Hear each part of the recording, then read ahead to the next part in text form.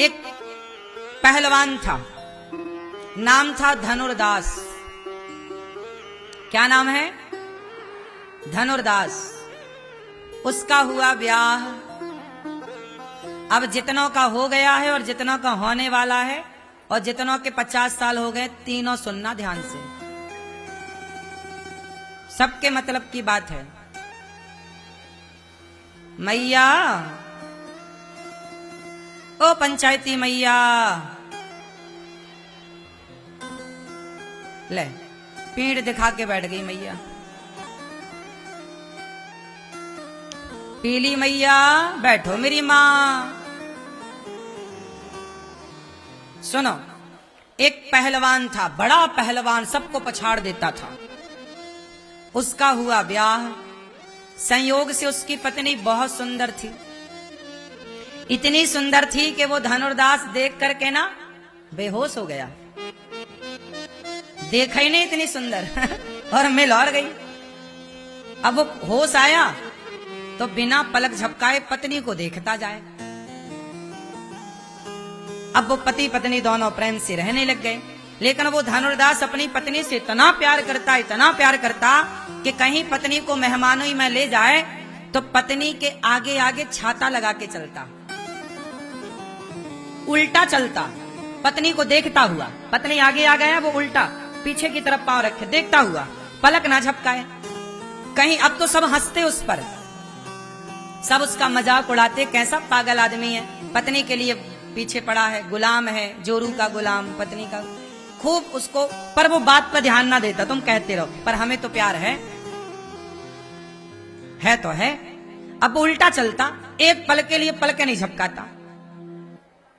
एक पल के लिए वो कहता कि मेरी पत्नी से सुंदर कोई है ही नहीं। कोई कहे धनुर्दास जरा भगवान को भी देख ले। अरे भगवान कोई मेरी पत्नी जैसे सुंदर थोड़ी है। कोई कहे कि उस स्त्री को देख कितनी, अरे वो थोड़ी मेरी पत्नी जैसी है। अब वो अपनी पत्नी को ही देखता और किसी को नहीं। बाजार जाए तो साग भाजी उसकी पत्नी खरीदे, वो साग को भी ना देखे। भोजन बनाए पत्नी तो चूल्हे के आगे उसने व्यवस्था कर रखी थी बैठने की। वो भोजन बना रही है, वो देख रहा। उसका काम था केवल उसे देखना, 24 घंटे उसे दे, एक पल के लिए अलग नहीं हुए। एक दिन क्या हुआ कि वो, ये घटना है दक्षिण की और ये सत्य घटना है। तो रंगनाथ जी के भगवान के बारे में सुना होगा आपने। रंगनाथ भगवान दक्षिण में गोदावरी नदी के तट पर रंगनाथ जी का बहुत बड़ा मंदिर है। वहां रामानुजाचार्य जी रहा करते थे। तो एक दिन रंगनाथ भगवान की यात्रा निकल रही थी। क्या निकल रही थी? यात्रा। रथ यात्रा नहीं होती, जगन्नाथ जी की रथ यात्रा निकलती है। ऐसे ही भगवान की कोई उत्सव रहा होगा तो एक यात्रा निकल रही थी भगवान जी की। उस यात्रा में उसकी पत्नी आई थी। तो पत्नी आई कि चलो, अच्छा पत्नी बड़ी भक्त थी। वो समझाती पति को कि आप हमें देखते हैं, लोग हंसते हैं, अच्छा नहीं लगता, हम मंदिर चल रहे हैं, भगवान को देखना। बोले तुम देखो भगवान को, हम तो तुम्हें देखेंगे। अब वो गया मंदिर तो पत्नी देखे भगवान को और वो छाता लगाए पत्नी पे देखे पत्नी को। सारे लोग भगवान को देख रहे हैं, यात्रा देख रहे हैं और वो देखे। तो रामानुजाचार्य जी की नजर पड़ गई। रामानुजाचार्य जी वो हैं, वो चित्र लगा हुआ आचार्य हम सबके श्री रामानुजाचार्य जी, लक्ष्मण जी के अवतार थे। आज से 1000 साल पहले की ये घटना है। तो इनकी नजर पड़ गई धनुर्दास पर। तो इन्होंने अपने शिष्यों से कहा कि ये कौन है? तो उनके शिष्यों ने हंसते हुए कहा, गुरुजी ये पत्नी का गुलाम है, ये पत्नी कोई देखता है, फेमस है यहाँ, जोरू का गुलाम इसे कहते हैं यहाँ। अब देखो आचार्य, गुरु तो गुरु होता है। हीरा हीरा हीरा है, ये तो जौहरी पहचानेगा ना। क्यों? ये हीरा है कि पत्थर है, कौन जानेगा? तो जौहरी है गुरु। रामानुजाचार्य जी ने कहा उसको बुलाओ, बुलाओ। बुलाए तो आया गुरुजी के पास, पर गुरुजी को नहीं देखा उसने। स्वामी रामानुजाचार्य जी को नहीं देखा। पत्नी आई, गुरुजी को प्रणाम किया, बोला प्रणाम करो, तो वो हाथ पीछे करके ऐसे प्रणाम कर लिया। नहीं देखा उसने। तो गुरुजी ने कहा अच्छा चल देख मत, कम से कम सुन, ये बता तू अपनी पत्नी को घर में देख, कमरे में देख, अकेले में देख, तो बात ठीक भी है। तो सबके सामने ऐसे देखता है, लोग तुझ पर हंसते हैं, तेरा मजाक उड़ाते हैं। अच्छा, तो उसने कहा गुरुजी मेरी पत्नी बहुत सुंदर है, मुझे फर्क नहीं पड़ता कि लोग क्या कहते हैं, मैं बस देखूंगा, मुझे रस मिलता है इसे देखने, मैं इसको देखे बिना रह नहीं सकता। शराबी का जैसे शराब का नशा है, जुआड़ी का जुआ का नशा, ऐसे काम ही नारी पियारी जिमे लोभ ही के प्रिय दाम। तो गुरुजी ने कहा अच्छा एक बात बता, तेरी पत्नी इतनी सुंदर है, यदि मैं तेरी पत्नी से सुंदर तुझे किसी से मिलवा दूं तो बोला धनुर्दास कौन है? बोले हमारे रंगनाथ भगवान। अच्छा, तो गुरुजी बताओ हमारी पत्नी से सुंदर है ना? वो बिल्कुल अनपढ़ आदमी था, भगवान के बारे में नहीं जानता था, क्या होते हैं भगवान, क्या होते हैं, उसका कोई दोष नहीं था, क्योंकि वो सत्संग किया नहीं, जानते नहीं कि भगवान क्या होते। आज पहली बार गुरुजी मिले तो बताए गुरुजी कि भगवान बहुत सुंदर होते हैं। तो बोला अच्छा, तो क्या भगवान हमारी पत्नी से सुंदर हैं? भगवान बोले बहुत। तो तुम फिर मिलवाओ। तो बोले सवेरे की मंगला आरती में आना, सवेरे 4 बजे आना। अब 4 बजे के लिए पत्नी को तैयार किया गुरुजी ने कि तुम आना, हम इसे मिलवाएंगे। इसे आज तक ये गलत फहमी है कि मेरी पत्नी से सुंदर कोई है नहीं, मैं तुम्हें भगवान से मिलाऊंगा तब तुम्हें पता लगेगा कि नहीं, पत्नी से सुंदर तो भगवान भी है। लो भैया वो घर चला गया और सवेरा 4 बजा सवेरे का, तो वो चला। अब रामानुजाचार्य जी रंगनाथ भगवान के पास गए। अच्छा, रामानुजाचार्य जी साक्षात लक्ष्मण जी क्या बता रहे हैं? आज भी रामानुजाचार्य जी रंगनाथ भगवान से बात किया करते थे। क्या करते थे? बात करते थे। जब रामानुजाचार्य जी का शरीर शांत हुआ, पूरा हुआ, तो रामानुजाचार्य जी के शरीर को ले जाकर लोग जमीन पर विसर्जित करने लग गए, समाधि देने लग गए। तो रंगनाथ भगवान उठकर बोले मेरे रामानुज मत जाओ। तो भक्तों ने कहा कि अब इनका तो शरीर शांत हो गया, तो बॉडी का क्या करेंगे, जलाना या गाड़ना पड़ेगा जमीन पर। तो भगवान बोले कि नहीं, मेरे सामने बिठा दो। आप आश्चर्य मानेंगे, विज्ञान साइंस के युग में हम सब जी रहे हैं, आज साइंस के लिए चुनौती है। आज इस बात को 1000 साल हो गए, आज भी दक्षिण में आप जाओ, रंगनाथ जी के मंदिर में जाना, मंदिर में भगवान के ठीक सामने आज भी रामानुजाचार्य जी का वह शरीर आज भी रखा हुआ है। किसी का शरीर इतने टाइम तक नहीं रखा जा, और सुनो खुले में रखा है, कोई फ्रीजर नहीं, कोई ठंडक नहीं कि फ्रीजर में रखा हो, नहीं, खुले में। कोई नहीं है इस धरती पे जिसका शरीर 5 दिन 10 दिन खुले में चल जाए, सड़ जाता ना, कीड़े नहीं पड़ जाते, दुर्गंध आने लगती शरीर से। लेकिन आज भी हमारे आचार्य हम सब पर कृपा बरसाने के लिए आज भी वो शरीर के साथ विराजे हैं, श्री रामानुजाचार्य जी। कहां पर है ये? दक्षिण में। किस मंदिर में? रंगम, श्री रंगम, रंगनाथ जी। बोलिए रंगनाथ भगवान की। इस धरती की सबसे पहली प्रतिमा रंगनाथ जी हैं। पता है आपको? ये कथा मैंने कई बार सुनाई है, पर अभी विषय दूसरा है, तो मैं आपको सुनाऊं कि रामानुजाचार्य जी आए भगवान के पास और भगवान से बोले सुनो प्रभु, वो धनुर्दास आएगा 4 बजे, थोड़ा सज धज के दिख लेना है, काला ऐसी न रहना जैसे हो, भगवान का विग्रह तो काला है ना। बोले यदि ऐसे ही दिखोगे तो वो कहेगा लो ये तुम्हारे भगवान है काला, हे प्रभु थोड़ा उसके लिए अच्छे बन जाना। अब रामानुजाचार्य जी ने भगवान से प्रार्थना, देखो गुरु का काम क्या है, गुरु का काम है कि आप शिष्य को उठाकर भगवान के चरणों तक पहुंचा देना। वो धनुर्दास पत्नी का गुलाम था, पत्नी सवेरे 4 बजे आई, मंगल आरती का टाइम हुआ, भगवान से प्रार्थना रामानुजाचार्य जी ने कर ली थी कि प्रभु थोड़ा सज धज के आना। अब जैसे ही पट खुला, पट मतलब पर्दा खुला, और भगवान का जब प्रथम दर्शन भगवान अकेले में ले जाकर रामानुजाचार्य जी ने धनुर्दास को पकड़ा कि तुम आओ यहां। पत्नी यहीं खड़ी है, पत्नी भी खड़ी थी, दोनों खड़े।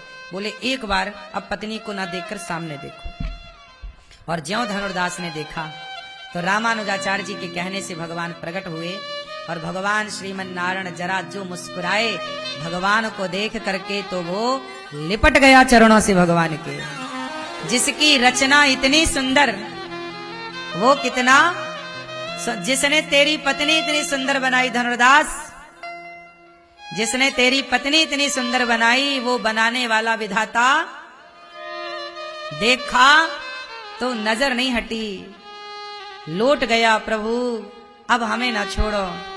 तब रामानुजाचार्य जी के भगवान को प्रणाम किया, गुरु जी को गुरु जी आपने मेरी आंखें खोल दी, ये कौन है? बेटा ये भगवान है। तब फिर भगवान के बारे में सब बताई, दर्शन पहले कराया, कथा बाद में सुनाई। फिर प्रीति जागी, फिर दोनों पति पत्नी को रामानुजाचार्य जी ने वहीं रखा मंदिर में। और बाद में जब दोनों रहने लग गए तो रामानुजाचार्य जी के जो शिष्य थे वो साधु विरक्त थे और ये दोनों ठहरे गृहस्थ। तो गृहस्थ और विरक्त, तो विरक्त साधु बोले कि गुरुजी ये हमारे बीच में ये गृहस्थ काहे रखा, ये धनुर्दास ठीक नहीं है, अब दर्शन वर्शन कर लिया, जाओ घर। रामानुजाचार्य जी बोले नहीं, ये यहीं रहेगा। तब कहा कि तो गृहस्थ है, हम विरक्त हैं। तब रामानुजाचार्य जी बोले हम कल बात करेंगे। अब धनुर्दास के भीतर इतना प्रेम जागा। देखो, जो पत्नी से प्रेम करता होगा वही तो परमात्मा से भी प्रेम कर पाएगा। जो पत्नी से प्रेम ना कर सका, जो मां से प्रेम ना कर सका, जब आपने किसी से प्रेम किया ही नहीं तो प्रेम होगा कहां आपके भीतर? जब प्रेम किसी से करोगे तब ना प्रेम की धारा फूटेगी। और वो प्रेम आज पत्नी से है तो कल परमात्मा से होने की संभावना है। आज पत्नी से ही नहीं है, पति से ही नहीं है, माँ बाप से ही प्रेम नहीं है तो तुम खाक भगवान से प्रेम करोगे?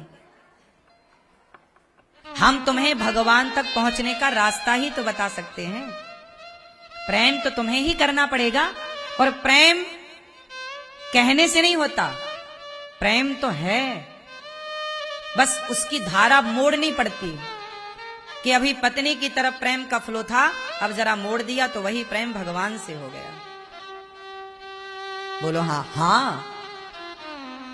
तो धनुर्दास गृहस्थ में थे, गुरु जी ने रात, अच्छा धनुर्दास ना बड़ा आदमी था, युद्ध युद्ध लड़के, वो मल्ल था ना, पैसे वैसे थे उसके। मैया देखो लाल मैया कैसे सो रही है, सो लो मेरी माँ। अरे ये आगे लाल, सुनो, रामानुजाचार्य जी ने रात के 12 बजे एक प्रोफेशनल चोर को बुलाया, चोर को बुलाया और चोर को बुला, चोर मतलब वो चोर भी ना पहले चोर था, अब वो भी बदलकर भक्त हो चुका था, पर था रामानुजाचार्य जी की मंडली में। पहले चोर, जैसे ये पत्नी का गुलाम था अब हो गया भक्त, ऐसे ही पहले चोर था, वो हो गया था सब छोड़ छाड़ के, तो उसको चोरी करने का आइडिया था। तो आज गुरुजी ने बोला तुम यहाँ आओ, आज तुम्हें चोरी करनी। अरे गुरुजी हम तो छोड़ चुके हैं। नहीं नहीं, हमारे कहने से जाओ, धनुर्दास सो रहा होगा, उसकी पत्नी बगल में सो रही होगी, तुम उसकी पत्नी के गहने चुरा के ले आओ। देखो गुरु किस तरह परीक्षा लेते थे उस जमाने के, किस तरह की शिक्षाएं हुआ करती थी उस जमाने की। जरा ध्यान से सुनना इस प्राचीन इतिहास को। पति पत्नी, धनुर्दास सोया था अपनी पत्नी के पास, वो गहने, वो बड़ी सुंदर भी थी और गहने वहने भी थे, बड़ी आदमी थी, बड़े पैसे वाले, तो वो अब थे तो वहीं पर गहने तो थे ही ना। तो चोर गया और धनुर्दास तो सो ही रहा था गहरी नींद में, पत्नी सो नहीं रही थी। लेकिन जब चोर आया तो धनुर्दास की पत्नी पहचान गई कि ये तो गुरुजी के साथ रहने वाला है। समझ गई धनुर्दास की पत्नी कि हो सकता है मंदिर में कुछ पैसे की कमी होगी, भोग आरती की कोई कमी होगी, भगवान के भोग आरती में कोई कमी होगी, तो शायद धन कम होगा इसलिए ये आए हैं। तो ये तो मेरा सौभाग्य कि मेरा पैसा आज मंदिर में लगेगा।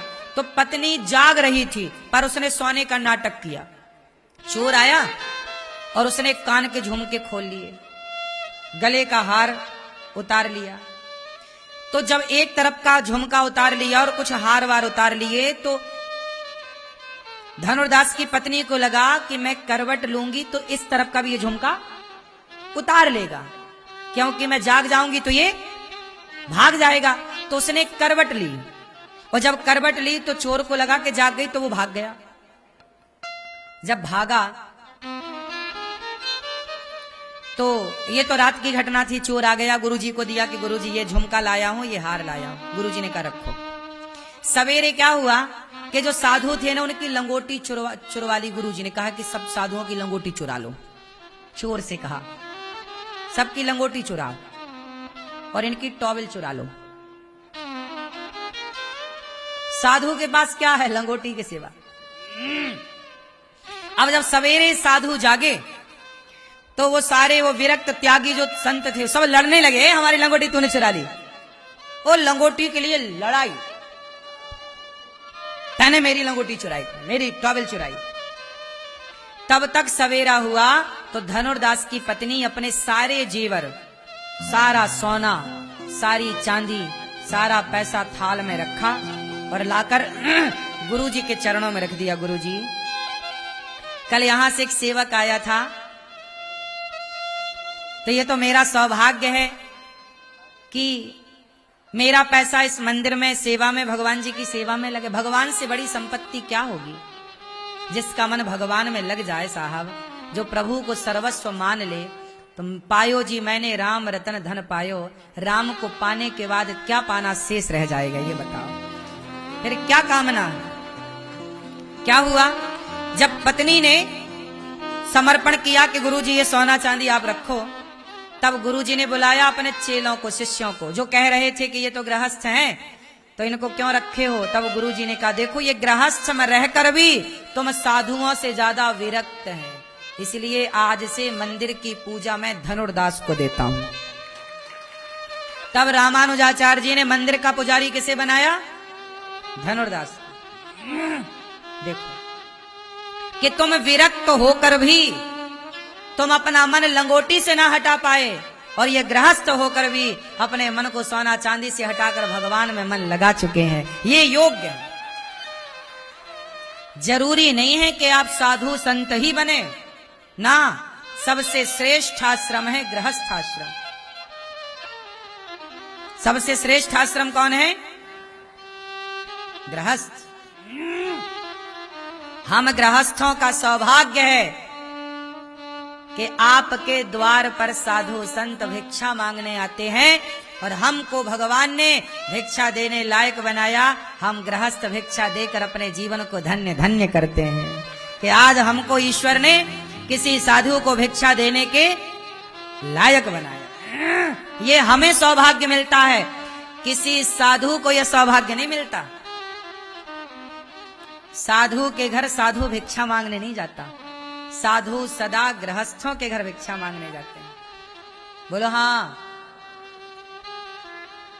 इसलिए धन्य है गृहस्थाश्रम। पर गृहस्थाश्रम कैसा हो, सुव्यवस्थित। आप सब गृहस्थ हैं, अपने गृहस्थाश्रम को पवित्र करिए। कैसे होगा, आप अपने गृहस्थ में रह करके नित्य भगवान की सेवा करिए, पूजा करिए, घर में कीर्तन करिए, साधु संतों का आगमन होता रहे, सभी किसी के प्रति ईर्ष्या ना हो, द्वेष ना हो। आज गृहस्थों के भीतर ना ईर्ष्या भरी पड़ी है, आजकल गृहस्थों के अंदर द्वेष भरा पड़ा है, आज गृहस्थों के अंदर विषय वासना भोग विलास भरा पड़ा है। भोग विलास देखो, पत्नी के साथ रहो गृहस्थ में, पत्नी के सिवा पर पुरुष नहीं, पत्नी के सिवा पर नारी नहीं, पति के सिवा पर पुरुष नहीं, और आप दोनों रहो तो भी संयम से रहो। किससे रहो, संयम से। आप गृहस्थ हैं, आपके घर भगवान पैदा होते।